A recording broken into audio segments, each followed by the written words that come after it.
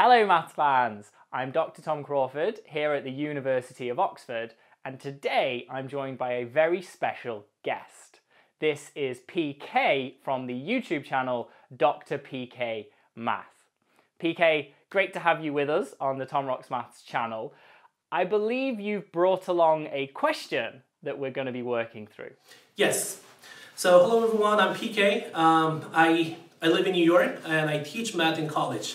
So for today, it is my honor to work with Dr. Tom, working for this killer question from Korean SAT Math in 2023. It just took place last week. Awesome. So when you mentioned there the Korean SAT, is this the exam students take before going to university in Korea? How does that work? Right. So the Korean SAT exam is for this one exam, just like the SAT in America. So in Korean high school, they need to take this exam, which is held only once a year in November. So you mentioned it's sort of comparable to the US SAT, which I, of course, did recently, a few months ago.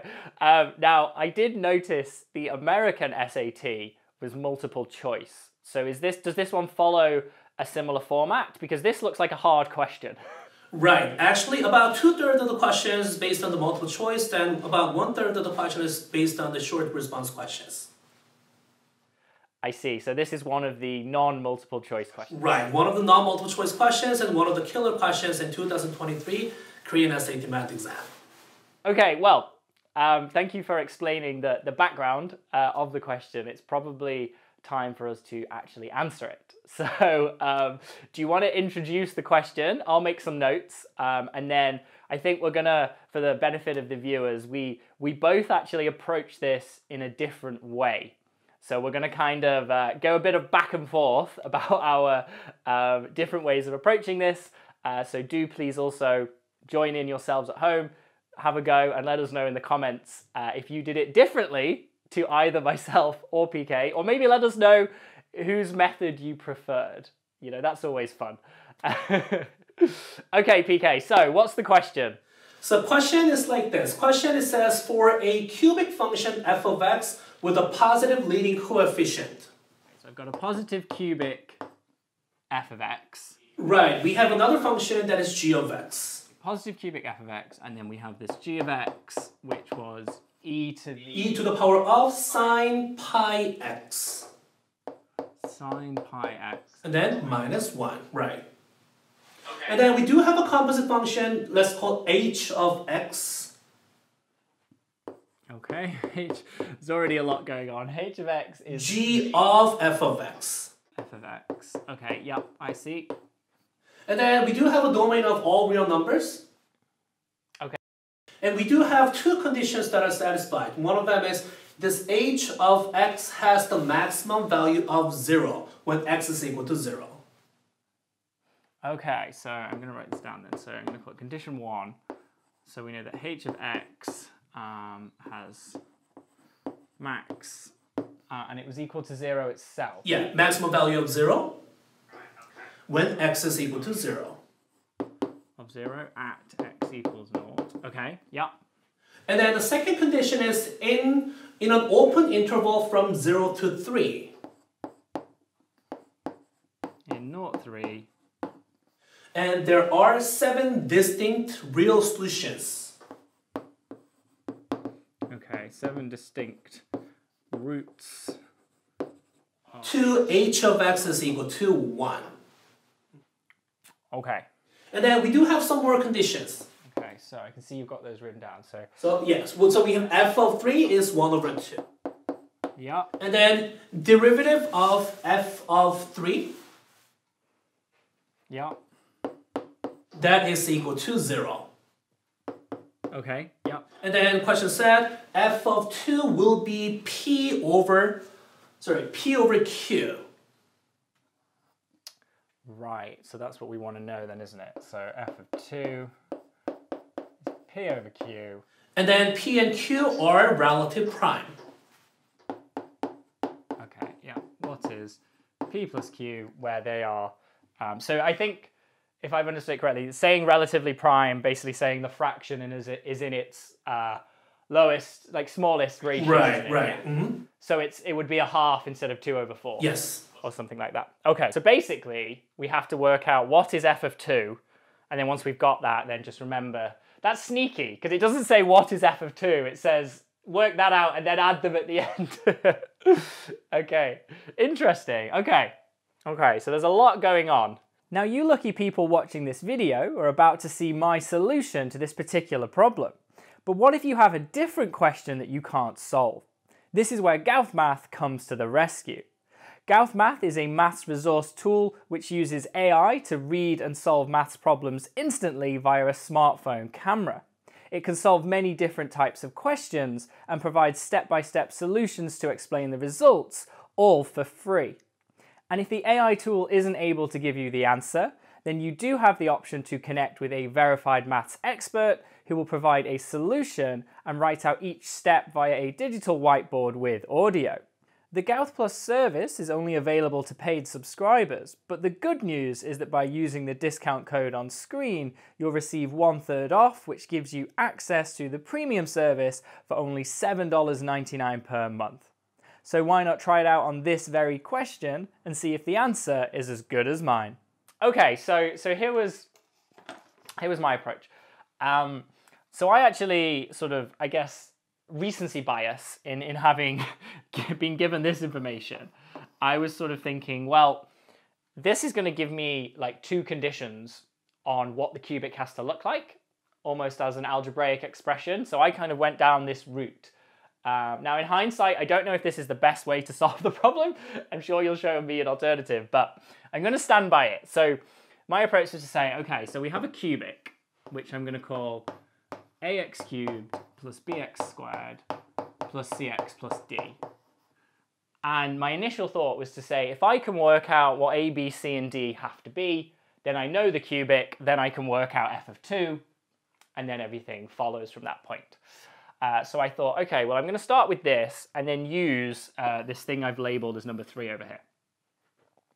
So if I just substitute in those values, what am I going to get? So the first equation, f of 3 being a half, gives me 27a, and do check my algebra here because I could mess this up, 27a plus 9b plus 3c plus d has to be equal to a half. Was my first sort of thought. And then, so we've used that one. And then I'm going to take the derivative and then substitute in 3 and again get to condition there. So doing that, what is this going to tell me now? So it's going to, if I differentiate, I'm going to get 3ax squared. Maybe I'll just write it out so I don't mess this up. So if I say f prime is 3ax squared plus 2bx plus c, and then I know that f prime at 3 is 0, so that's going to now tell me 3a. So that's still 27a plus 2b times, so it's going to be plus 6b now, plus c is 0. So now I have two equations in 4 unknowns, and then I'm thinking, okay, how can I use this other information to try and get other algebraic expressions and sort of go from that step. So that's kind of using those two so far. And then I was like, okay, well, let's now look at number 1, because this is going to be something important. So if we kind of take this over here, so if its max value is 0 to x equals 0, then I know that h prime of 0 needs to be 0, was my first thought here. Right, it's a turning point. I also know that h double prime is negative at that point as well, with it being a maximum. So if I calculate h, okay, so h is a composite function, so h prime, so if h is g of f, then h prime is going to be g prime of f times f prime from the chain rule. And then I know that that is going to be 0, wait, no wait, what am I saying? I know that it has a maximum, so I know its derivative is 0, but I also know that its value at 0 is 0. That's the other one. So we also know that h of 0 is 0, don't we? That was the other thing that I forgot to write. Okay, so I've got this one, so I know that h prime of 0 is 0, g prime of f of 0 times f prime of 0. So that's going to be one important equation. So I'm going to put box around that. And then I also know that h of 0 is 0. So if I plug that in, I also know that 0 is equal to g of f of 0. And that's going to be my second equation in a box. And then it's just a case now of I can work out f of 0 and f prime of 0 from up here. So I know f of 0 is just d from sort of the way I've written that out. So f of 0, this will be d, my unknown variable. And then in here, similarly, this is d, and then f prime of 0 is going to give me c. So I can rub that out and write that as c. So now, we first of all know that g of d has to be 0. G is this function. So this is 0 when e to the sine pi x is equal to 1, which is when sine pi x is 0. So, because I'm doing g of d, so what I need is sine pi d has to be 0. That's what this turns into. Sine pi d has to be 0. Because then if that's 0 up here, this is e to the 0, which is 1 minus 1. G is 0. So that tells me that d is an integer. Okay, so it doesn't tell me the value of d yet, but it does tell me it's an integer, and d, of course, will be the y-intercept of the cubic. So that, I think, well, that does turn out to be very important. Okay, and then the last one from here, so then we know now we need to work out g prime. So if this is g, where can I write this? Down here. So then I worked out g prime. Oh, this is going to be fun. Okay, so the derivative of sine is pi cos pi x e to the sine pi x, I think is the derivative. And so we already know that d is an integer. So cos of d times pi is minus 1. So g prime of d is pi times minus 1 to the d, and then e to the 0, that's 1. Okay, so I know that. Importantly, that isn't 0. So this one is non-zero. So the only way that that equation can be true is if c is 0. Okay, so I've got a third equation up here, and I also know that d is an integer. Right, so I'm just going to kind of put a final box around all of that, because I've run out of board space, and I think this is a good point to see your approach and how you started the problem. So, as I said, I've kind of, so far, what I've done is going with the fact that it's a cubic, write out a general cubic, immediately get two equations from number 3. That's these two equations on my 4 unknowns. Then we're going to use, we've now used condition 1 as well, and condition 3. And condition 1 has told us various things, and the two results we got from that were that c is 0, so actually those two cancel, and also that d was an integer over there. So it's actually going to be that, isn't it? That's going to be my bit. So that bit in the yellow box is kind of, as I say, that's the route I went down. In hindsight, I don't know if it's the best route, but of course, now I've got, what have I left with now? I've got 2 equations in 2 unknowns, so clearly I need, 2 equations in 3 unknowns. So now I'm going to need to finish off this approach, I'm going to need to use this condition, which is the hard one, I think. I'm going to need to use this to try and work out what possible values of D are allowed. And once I figured that out, then obviously I've got the equations for A and B. So that was kind of where I went. And I will finish it off for completeness for everyone watching.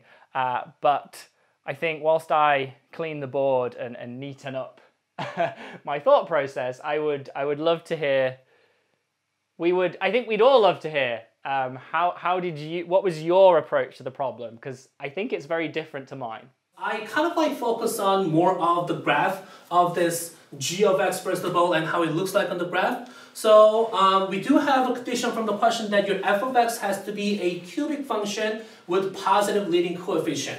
That means your f of x should be looking just like this, about the form. Okay, that's the first thing we can actually figure out. And then at the same time, if you take a look at this g of x, that is e to the power of sine pi x. And if you think about the sine pi x graph, right? Because your g of x should look similar to your sine pi of x. But your highest value and the lowest value should be different. Highest value has to be a little higher than 1. And then the lowest value should be also a little higher than -1. Okay. Yeah. Now at this time, it should be looking just like this. And this will actually continue. This is how your g of x should look like. Okay, this is what I got for the shape of the g of x. And then from here, I kind of like focus on the second condition from the question. So that was function h of x has the maximum value of 0 when x is equal to 0. That means h of 0 is equal to g of f of 0, because h of x is already a composite function from the question. That is also equal to 0. And then if you take your derivative of h of x, that means derivative of f of 0 has to be equal to 0. That is actually what I got. And based on that, I was able to roughly take some reference point on this graph of the f of x. That has to be the cubic function with a positive leading coefficient. So what I did was, now at this time, at this point of the turning point, your x value has to be 0. And at this point, your x value needs to be now 3. So this is what I got about your f of x and how it has to look like. And at the same time, using this graph, I kind of like use this trick that if you connect this horizontal line, that is y is equal to 1 over 2. I use this fact that if you take a look at this point and that point, then this has to be the distance between those two x values, right? And if you consider this corresponding x value at this turning point, then we do have a ratio. Ratio of this distance to that distance is 1 to 2. And that is why distance is equal to 3, because x is equal to 0 and x is equal to 3. That kind of like automatically gives the coordinate of the x at this point is -3 over 2. So we know that there's the turning point at 0, which is the maximum. You've also got the coordinates of the minimum, and now you've worked out the other coordinate, the y value at the other point where x is, sorry, the x coordinate at the other point where y is a half. So we've got enough information there, I agree, there's enough information there to formulate lots of kind of roots and different things of the cubic. Okay, so what does your cubic look like? So based on this right here, then I kind of like can set up your equation for the f of x. Using this interesting property of the cubic function, then I can actually call f of x minus this 1 over 2. That is equal to the leading coefficient, let's call k, right? Yeah. And then k times x minus, first of all, at this time we do have 1, 0, that is 3, right? But we do have a bounce, which means x minus 3 to the power of 2. Yeah. Then at the same time, the other 0 is -3 over 2, but it actually passed through your line. So that's why the multiplicity has to be equal to 1, because we're working on cubic function for f of x. So we should have x plus 3 over 2, and that's it, because multiplicity is equal to 1. So this is kind of like how I set up my f of x should look like in terms of the equation. And based on this, I kind of like moved on to the second condition from the question. In the open interval of 0 and 3, there are 7 distinct real solutions to h of x is equal to 1. So let me actually go back to this graph of the g of x, right? So in this case, we first need to consider from this point when we actually count your solution, because it says in an open interval of 0 and 3. So that is why from this we have 1, 2, 3, 4, 5, 6, 7. So that is why we can see that because of that condition, h of x should reach its maximum. We need to choose this value of the 8 for f of 0. So that is why now your k is going to be equal to 5 over 9. So this is how I got the complete function for the f of x. So question is asking you what is going to be f2. So that is why if you plug it into the x, then that's how I got actually value of your f of 2. 44 over 18. And then since the question said p and q are prime to each other, so that is why we can divide this by 2. So 22 over 9 is what I got. If you add them up, that is 31. That's what I got. I'm very pleased to see your answer is 31, because that's what I got. So that's good news. No, so I think that last part, so of course, you were trying to work out your scalar value k, like the sort of the number multiplying it. Because once you know the roots, you still don't know the leading. You cannot, because obviously you know the value, you know it's going to be 0, but you can multiply 0 by any k and it will still hold. So the way that you have therefore used that remaining condition about the 7 roots to work out your value of k was how I figured out the value of d to complete my sort of form of f. So I'll just go through that. Just to recap to where we got up to with my solution before we heard from PK. So I had taken the approach of the algebraic approach, very different to the graphical approach of PK. So I'd gone down the algebraic approach of saying, well, fx has to have a general form of a cubic. We've got these coefficients a, b, c, d. We argued as to why c must be 0. So we therefore know now we have a, b, and d, which are unknowns. I have these 2 equations from the given conditions in the question on f of 3 and f prime of 3. So it gives me these 2. We then also figured out that d had to be an integer in order to satisfy a condition on g's derivative being 0. And we also had these 2 things which were calculated previously. They're going to be important, which is why I've written them on the board. But this is what we're left with. I purposefully ignored condition 2 because it was the trickiest, but obviously we were given all of this information. And again, as we saw with PK's solution, you need to use all of the information. You wouldn't be given it unless it was going to help you get to the unique solution to the question. So this is what we have to think about now. So my starting point was basically to take this condition. What does it mean for h to be 1? So h, we know, is equal to g applied to f of x. And we know what g is, so we can say, well, that's just equal to e to the sine pi f of x minus 1. And we need that to be equal to 1. So really, what I'm interested in is going to be so we're interested in, let's call it z, values of z, which here is represented by f of x, such that e to the sine pi z has to be equal to 2. So you can then rearrange and say, well, that's sine pi z needs to be equal to log 2. Okay, taking natural logarithms of both sides. So we need values of z, where remember z is f of x. Values that are attained by f of x, which are going to satisfy this equation. So at this point, I'm going to draw the graph of sine pi z. So And this is very similar to what you were doing, I think, PK, although you were drawing the graph of h rather than sine pi z, but similar kind of idea of root counting. And this is where I think it gets tricky. So let's try and get this correct. So we're going to have the sine function here, and I'm going to need a few of those. And then we want to know when this is equal to log 2. So log 2 is a little bit, I know it's less than 1. That's all I care about. So, and it's positive, so I'm going to draw, there's like a line here. And now the important part is going to be counting these roots, because every one of these roots corresponds to exactly one of these potential allowed 7 values.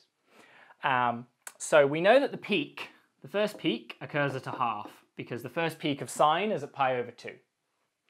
And then this one is 1, which means this minimum is at 3 over 2, then we go to 2, so then the next peak here is at 5 over 2, the next peak is 9 over 2, the next peak is going to be 13 over 2, and then the next peak, with how I've drawn it, will be 17 over 2. And they would continue adding on 2 each time. So we need 7 of them. So let's start counting. So we need to be, now this is important, we need to actually decide where we're going to start counting from. That is important. So I've said each root here, sort of along this axis, this really corresponds to the values of f of x. It's really how we're thinking about it. That was our z, our f of x. So if we think about the shape of f of x that we have at this point, so what we've got is, we know it's a positive cubic, and we also, so we know it's going up here, we also know it has a turning point at 3, and that's going to be a value of a half, because we're told that in the question, and it has to be a minimum because of the shape of the curve. And then we also, this condition here, we also actually had earlier, in the first part of my solution, we used this to get that c was 0, the f prime of 0 had to be 0. We ended up at that, and I used it, and originally when I was doing this solution for the first time, I didn't realize at first just how important this condition was actually going to be. Because it gave me that c was 0, and I just kind of thought, great, and then moved on. And then when I got to this point, I was like, I need to draw a graph. Of course, the fact that the derivative is 0 there tells me that's where the maximum is based on the shape of the curve. So you've actually got a maximum here. So the shape of the graph, very badly drawn, but looks something like that. And this, of course, is at D up here. So what we now know is that in the range 0 to 3, so for x belonging to 0, 3, f of x, which remember are kind of these points here that we're interested in and we're counting, f of x belongs to a half, and then it increases all the way up to its maximum, which is at D. So what we need are exactly 7 values here, 7 roots of this line that are going to fit into this range. So we're going to have to extend D upwards until we get the 7 that we need. So we are starting above a half, so our first root is actually this one, because the other one is a little bit less than a half. So we exclude that. And again, I think you did something very similar, PK, when you were doing this. Then we've got the 2 here. So that's 1, that's going to give me 3. Another 2 here gives me 5. Another 2 here gives me 7. And then we cannot reach the next one. Now, the key thing here, I guess, is this root. Okay, which number am I on? So it's 13 over 2, so that's 6.5, that's 7. Okay, so we could stop at 7 or 8, but if we get as far as 9, then we've included another 2. And the reason I'm only considering 7, 8, and 9 is because we said that D was an integer. So that is actually helpful. Again, when I first found this out, I was like, I don't think I care. That's not going to help me. Turns out it's really helpful to know that D is an integer. So because we know that D is an integer, we can possibly stop at 7, possibly stop at 8. But if we go as far as 9, I've counted another 2 roots. I have too many roots. So, putting it all together, we now know that D can be 7 or 8. And that will then satisfy condition 2. So then the very, very final step is just to plug in these values and check that we've got F behaving in the correct way. So I think what I did here was I just substituted both of them in to figure out what F's going to look like in each case. So when you sub those in, I think I'll just cheat and look at my answers at this point.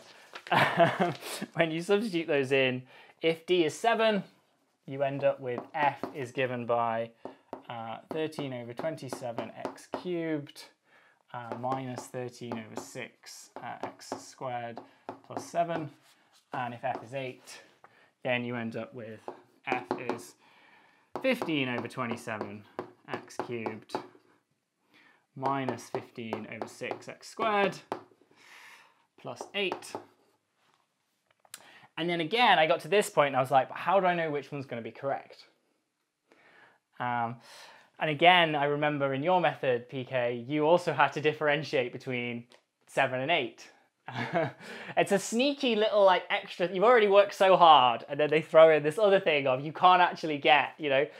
And I think it comes back to this point here that I've written on the board here, was where I found it to be helpful. Because earlier I calculated that g prime of d, where d is an integer, was because it was a cos function, was minus 1 to the d times pi. Now, what we know is, and we also know this one, h double prime is negative because it's a max. We're told in the question it's a max. So I calculated h double prime, right, from the chain rule. It's a little bit annoying, but h double prime was equal to g double prime of f times f prime squared plus g prime of f times f double prime. So that's our second derivative, but of course we're evaluating this at 0, and we know that f prime of 0 is 0. So that's 0. Then f of 0 is d, and then f double prime, we can see this is a max. So f double prime is negative. So this term is negative. So we need this to be negative. It's negative if and only if g prime of d is negative. I think. Nope, not negative, positive. G prime of d has to be positive. Right, that was the key thing. Yeah, that's it. So we've got h double prime is g prime of d times something negative. We need the whole thing to be negative. G prime of d has to be positive. So finally, we can look up here and say, right, so we need this to be positive if and only if d is even. So that finally, finally tells us that d is 8, that this is your solution. So it looks different to yours because, of course, you had yours nice and factorized, which is maybe easier. But anyway, so now we know f. Then we can plug in 2 and get the same answer as you got. But that was a hell of a question. I don't know how anyone did that in 10 minutes. It's crazy. There was just so much going on. But I did enjoy it. So no, thank you very much for sharing the question with me and with the audience. I'm hoping they all enjoyed it as much as we both did trying to work this out. So there you have it, the solution to a killer Korean SAT question brought to us today by PK. Thank you, Dr. Tom. Yes, such a good opportunity to work with you for this killer question from Korean SAT Math. And finally, as always, thank you to all of you for watching this video and supporting the channel. If you'd like to support the channel even more, please do subscribe to my channel, Tom Rocks Maths, and do go and check out PK's channel, Dr. PK Math, and maybe give him a subscribe too. And I'll see you all very soon. Take care.